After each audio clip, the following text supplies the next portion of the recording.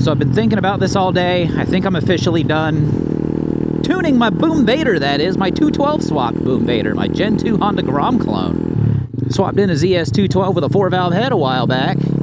I got a Nibby PE28 carburetor on there right now.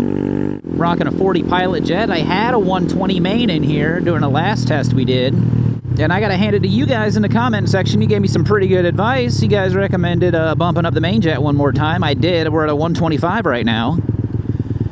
And not to incriminate myself too much, this this little cutie pants this morning hit 70 miles an hour, which I wasn't recording, so you guys can believe me or not. And those of you that are familiar with these bikes, you know these speedometers aren't accurate from the factory or not right out of the box, but mine has been calibrated with the device from 12 O'Clock Labs, so my speedo is dead on the money. And it's running pretty darn good.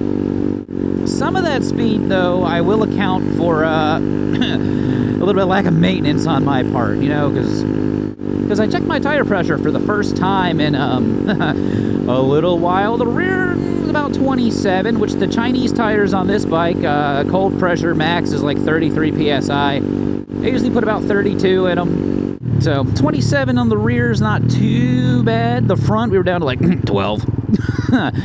12, which is not enough PSIs. So consider this a public service announcement to double check your tire pressure.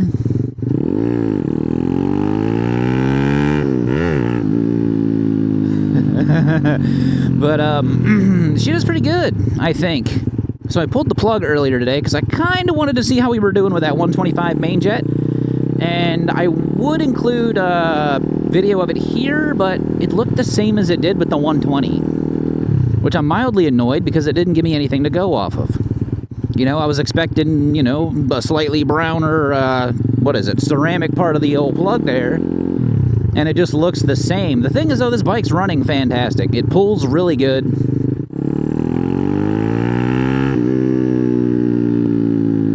So I think I'm gonna leave it. Like, I don't really want to fuss with it anymore because I think I'm to the point, unless I'm going to add an air fuel gauge, which I kind of don't want to spend the money to do, I don't really think I can get this any closer. And I'm scared if I tinker too much, I'm going to go too far in the wrong direction.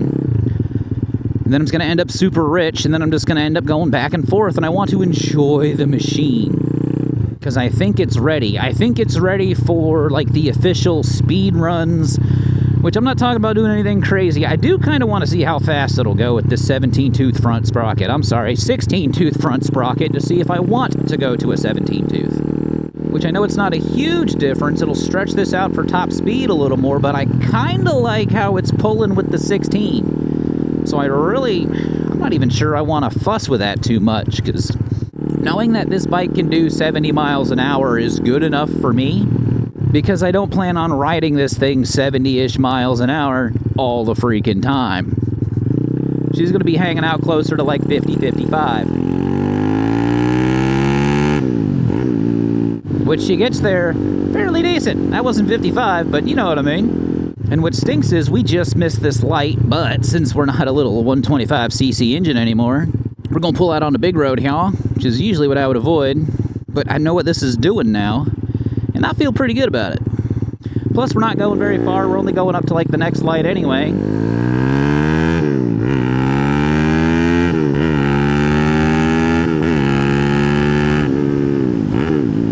But yeah, I'm pretty happy with that. Yeah, that'll do. That'll do, pig. That'll do. But now that the tuning is essentially done, we can get into the fun stuff with this thing. Which also means, because right now I got the carburetor pointed forward, I want to spin that to the side. I'll probably end up having to cut part of the plastic to make it fit. That'll be okay, because I want to put an oil cooler right there up front, which the 212 already has the provisions for. I just got to remove like a little freaking stock bridge hose or whatever you want to call it, because the ports are there. Just a short little hose between it. Should be a piece of cake. And a lot of folks say this thing spits a lot of oil from the breather hose. I haven't had that problem yet, but I went ahead and I picked up a catch can just for the heck of it, because they're not super expensive, and I figure for 20-25 bucks, if it ends up being a problem, I'd rather already have it and I ain't got to worry about ordering it or anything. And as far as engine stuff, that's really all I'm planning to do to this thing. I just want to ride it and enjoy it. Well, I do want to do a third motor mount, so I guess that counts as engine related, but that's pretty much it. You know, we still got a tail tidy that we need to do out back. We still need to do the headlight swap. I'd love to get some different bars. These are just the stock ones. I got some riser extensions on here to bring it up just a little bit higher, make it a little more comfortable for me, because I'm about 6 foot tall. I might stretch it, haven't decided yet. Definitely want to do something about tires, because if we're going to be hitting higher speeds on them, I think these China ones are, what is it, J-rated, so they're good for about 62-ish or 50-something. I don't even remember, man. But, I don't trust them. Sure as snot, do not trust them. So, yeah, so as far as this little cutie, I want to do a 0 to 60, now that I can actually do 60. And I need to do I'd say a head-to-head video compared to what the acceleration with the 125 used to be. But that's more like a side-by-side, much less a head-to-head, because I'm not going to, unless I put the 125 back in here to do it, and then, yeah, that's dumb. It's like going backwards. But you've seen the bike running the way it is now. If you'd like to see with the 125 lightly modded and whatnot, you can check that video out right here. It'll give you a comparison for the time being. As always, y'all be good. See you.